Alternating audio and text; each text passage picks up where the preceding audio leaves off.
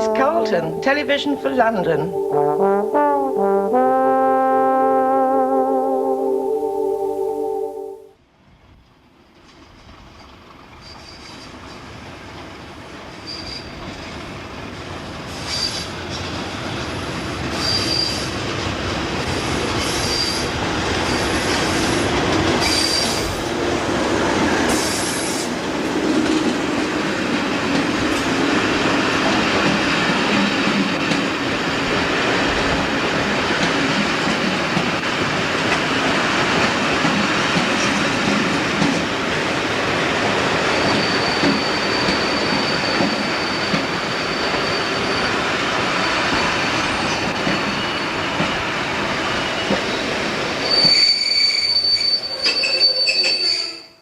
In a very welcome plot twist, 37429 has made it into this episode and has made it into the fleet, but this is version 2. The first one I bought was in excellent condition, but the light connections in the nose were quite corroded, and when I had a bit of trouble refitting the body around the speakers, they all broke and I couldn't reattach them.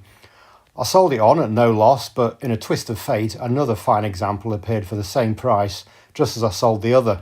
So I took that as a sign and bought it, and here it is. It's now on a Locksound 5 8-pin decoder with ESU Hi-Fi sound and 2 megabass speakers. The trouble I had was fitting the speakers and getting the body to fit back properly. 422 and 425 are the newer tooling, and if you remove the fan you can get 2 megabass speakers in there. For now I attach the fan back to the underside of the grille with a blob of black tack. I'll find a more elegant long-term solution at some point. However, on 429 there is also a moulded area around the fan grille on the underside of the roof, and this really eats into speaker space. So I've had to put the speakers at the non-fan end and the chip under the fan, which still had to be removed. I didn't want to see the chip through the grille, so I've covered it in a strip of kitchen paper I sprayed black. The speakers slightly intrude into the cab, but as they're black and at the non-driven end, they're not really noticeable. I've changed the driver and done the buffer detail and fitted my usual Hunt closed couplers for Mark IIA stock. I do like the ESU Hi-Fi sound files I've bought so far, and here's 429 doing its thing for you, followed by 422's Coastal sound.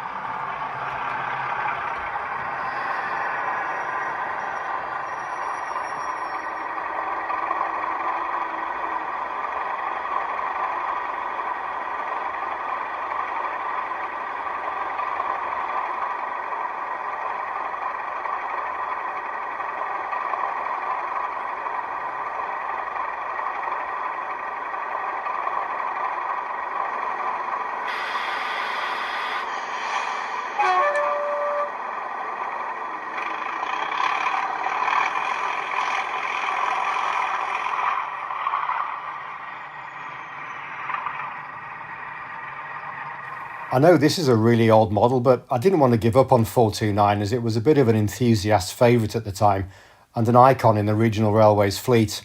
429 started life as D6600 in August 1965, allocated to Cardiff Canton and working a wide range of duties, becoming 37300 under tops in November 1973.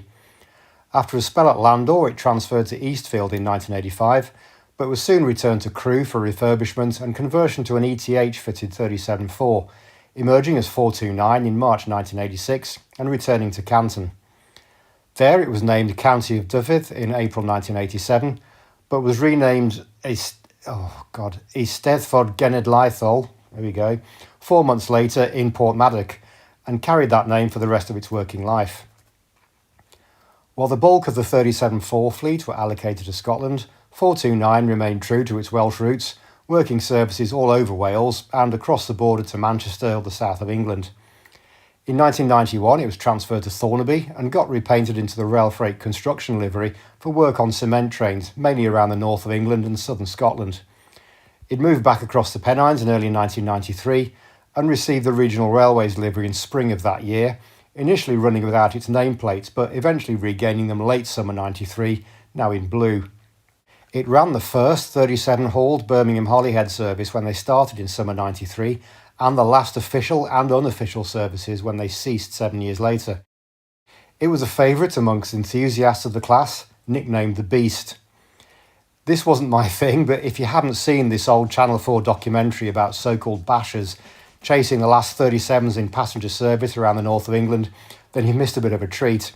A totally new world for me, that's for sure. The night train to Scotland, pulled by a Class 37 engine. As dawn breaks, it crosses the border bridge, the gateway to Scotland. However, soon this classic diesel engine is to be replaced. For normal passengers, this event will pass unnoticed. For the bashers, it's a tragedy. These are the bashers, hardcore devotees of the Class 37s and survivors of the 80s cult. They express their appreciation for the loco by waving their arms out of the windows, or flailing as it is known.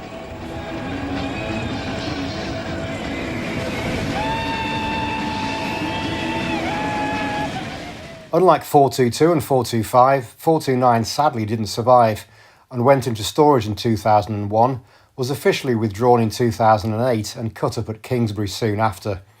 I find this a very sad picture. So 429 was a bit of a legend on this route. Sometimes I get an itch where I just have to have a particular loco in my fleet, and this is definitely one of them, even if I have had to practice saying its name.